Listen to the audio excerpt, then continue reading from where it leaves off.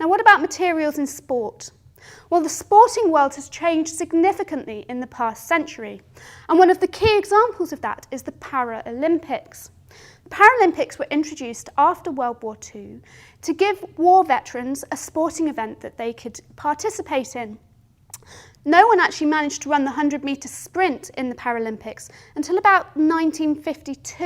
In 1976, a double amputee ran the 100-metre sprint in 42.3 seconds.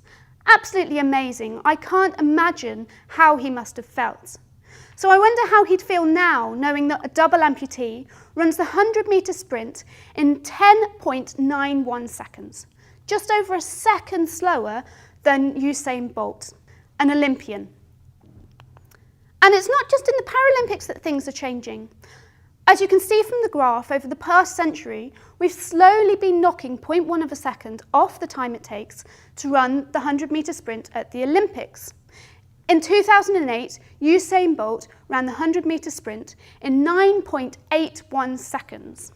Last year, he ran it in 9.64 seconds. In 2012, he's hoping to run it in 9.5 seconds. And so the question has got to be, how is he doing it? And it's not just sprinters who are getting faster. Weightlifters are lifting more weight, canoeists are canoeing faster, jumpers are jumping further and higher. And so there really has to be this question, how are they doing it? Well, you could argue that it's the athlete's ability and dedication that's changed.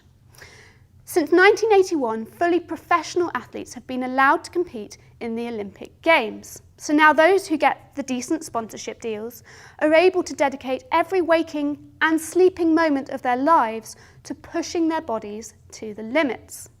But as a scientist, I have to argue that it's actually the scientific advances in the past century that have played a more important role.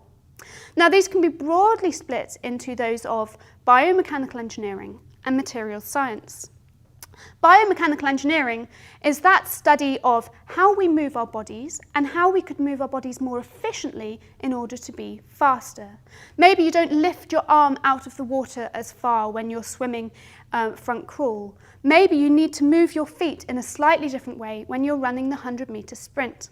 It's quite complex, but it manages to shave 0.1 of the second off times.